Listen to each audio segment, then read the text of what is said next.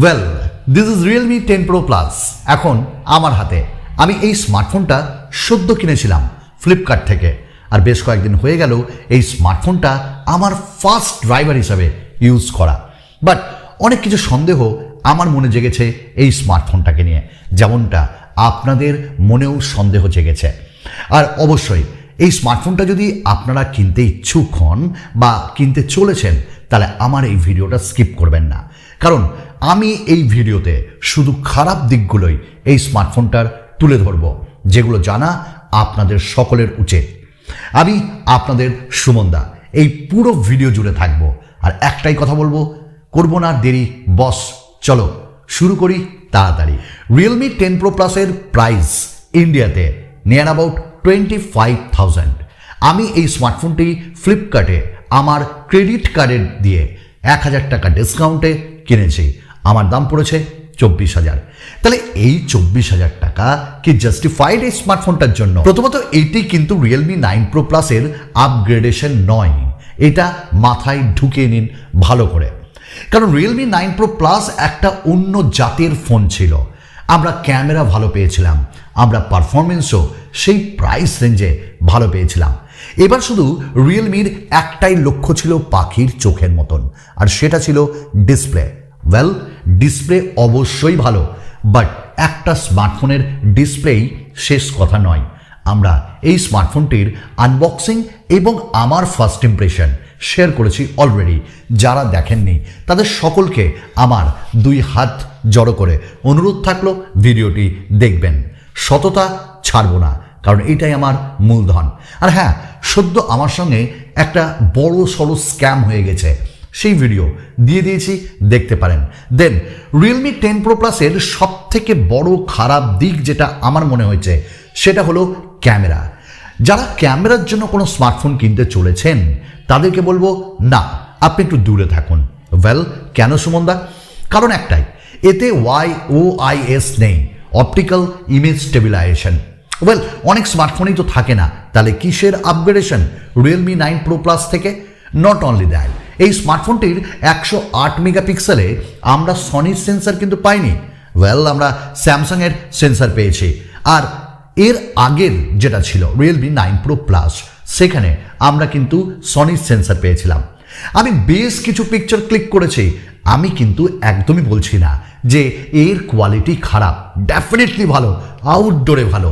But আপনি যদি একটু ভালো করে দেখেন তাহলে এখানটায় কিন্তু যে লো লাইট পারফরমেন্স, ওটা কিন্তু একদমই ভালো না।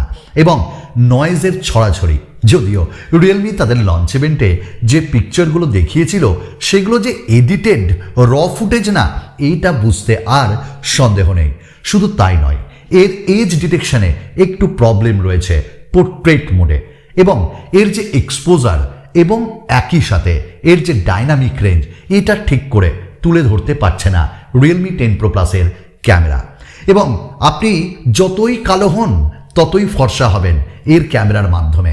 যদি আপনি বিউটিফিকেশন মোডটাকে অফও করে রাখেন তবুও দারুণ সুন্দর লাগবে।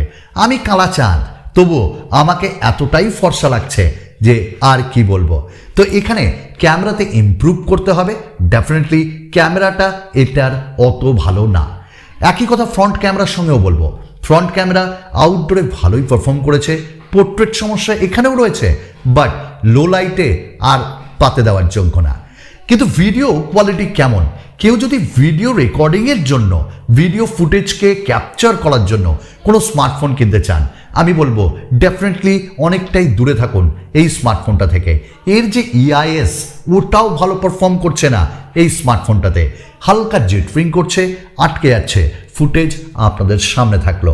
তো ডেফিনেটলি ক্যামেরা এবং এর অপটিমাইজেশন এই স্মার্টফোনটিতে একদমই ভালো নয়। নাম্বার 2, প্রবলেম কোথায়? প্রবলেম আমার লেগেছে বিল্ড কোয়ালিটি নিয়ে। দেখতে সত্যি সুন্দর এবং ঝকঝকে, চকচকে, তকতকে, কিন্তু আপনি যদি এর যে গ্লসি ভ্যারিয়েন্ট ওটা নেন, ওটা আপনাকে আরও ভালোভাবে ইমপ্রেস করবে। বাট ওই কালারটি নেবেন না, স্ক্র্যাচেস খুব তাড়াতাড়ি আসবে। বাট আমি একটা কথা বলবো, এতে পলিকার্বনেট দেওয়া আছে। ডেফিনেটলি পলিকার্বনেট মানে কি খারাপ না, বাট অ্যাটলিস্ট ফ্রেমটা তো মেটালে দেওয়া যেতেই পারত, কারণ পলিকার্বনেটের কালারটা খুব তাড়াতাড়ি উঠে। আপনারা আমার সঙ্গে হয়তো একমত হবেন, বাট ফোনটি খুব হালকা, এটা ভালো জিনিস। আমাদের তৃতীয় ব্যাপারটা হলো এর ডিসপ্লে নিয়ে। ডিসপ্লে তো খুবই সুন্দর, অবভিয়াসলি আমিও মানছি এর ডিসপ্লে খুব ভালো, বাট এতে কোনো কর্নিং গরিলা গ্লাসের প্রোটেকশন দেওয়া হয়নি। ওই যে কস্ট কাটিং, তাহলে কি দেওয়া হয়েছে? এই স্মার্টফোনটিতে রিইনফোর্সড ডাবল প্রোটেকশন, যেটা রিয়েলমির ভাষায় বলছে, এবং স্ক্র্যাচেস আসবে না, কারণ এখানে আগে থেকেই প্রোটেক্টর দেওয়া আছে। তবে এটা কিন্তু অ্যাজ কর্নিং গরিলা গ্লাস নয়। অন্যান্য স্মার্টফোনে আমরা কর্নিং গরিলা গ্লাস 5-এর প্রোটেকশন অ্যাটলিস্ট পাই, তো এই দামে এটা এক্সপেক্ট করা আমার মনে হয় খুব ভুল না অ্যাজ এ কনজিউমার হিসেবে। এই জায়গাটা কিন্তু একটু মাথায় রাখবেন। এবং এই স্মার্টফোনটিতে কোনো টাচ প্রবলেম তো অবশ্যই নেই, বাট সামহাও থেকে একটু ল্যাগনেস দেখছি টাচে, ওটা হয়তো আপকামিং আপডেটে ঠিক হয়ে যাবে। আমাদের নেক্সট যে বড় কনসটা লেগেছে, এই দামে আমরা কিন্তু UFS 2.2 and LPDDR4X RAM type পেয়েছি, কিন্তু আমরা এক্সপেক্ট করেছিলাম এই দামে যদি দেওয়া যেতে পারত UFS 3.1 as well as LPDDR5X RAM type, তাহলে এর পারফরমেন্স আরও ভালো হতো, আরও অপটিমাইজড হতো। কি বলবো, কম্প্রোমাইজ সব জায়গাতেই করতে হয়েছে। নেক্সট যেটা 3.5mm জ্যাক এই স্মার্টফোনটির দেওয়া হয়নি। আমি জানি না কেন, কিন্তু এখানে অনেক এনাফ স্পেস ছিল, দিতেই পারত।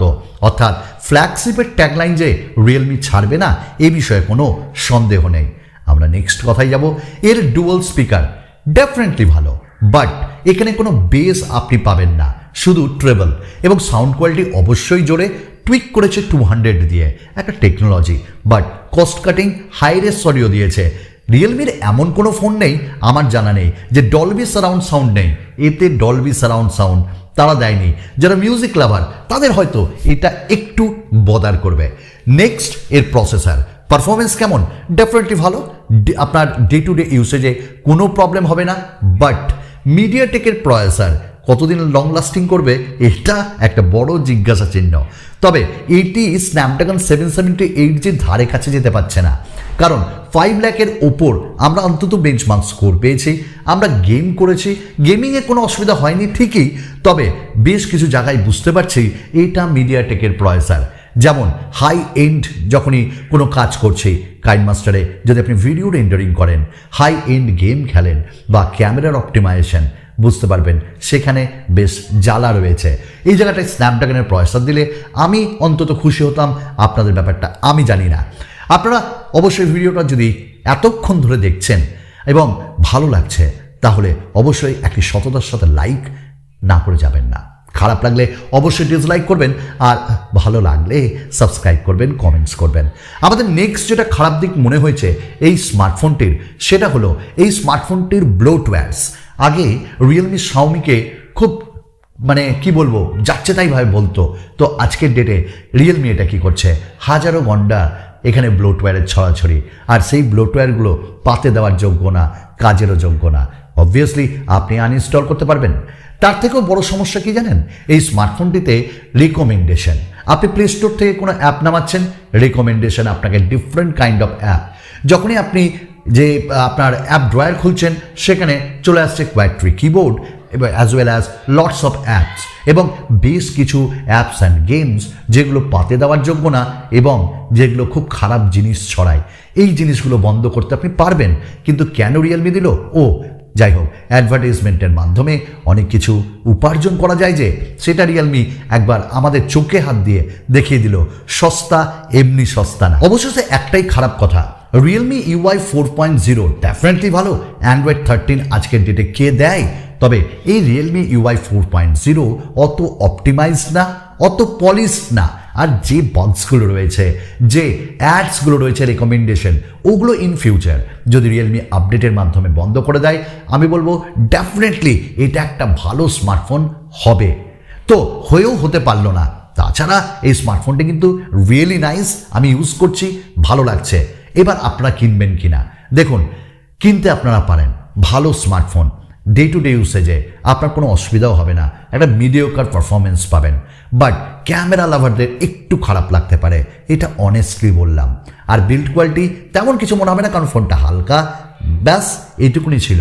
তো আপনি এই দামে অন্যান্য স্মার্টফোনও দেখতে পারেন, আদারওয়াইজ স্মার্টফোনটি কিনতে পারেন যদি অফারের সাথে পান। তো চলুন বন্ধুরা, আবার দেখা হবে আপনাদের সকলের সঙ্গে। ভালো থাকুন, সুস্থ থাকুন, বস আসছে।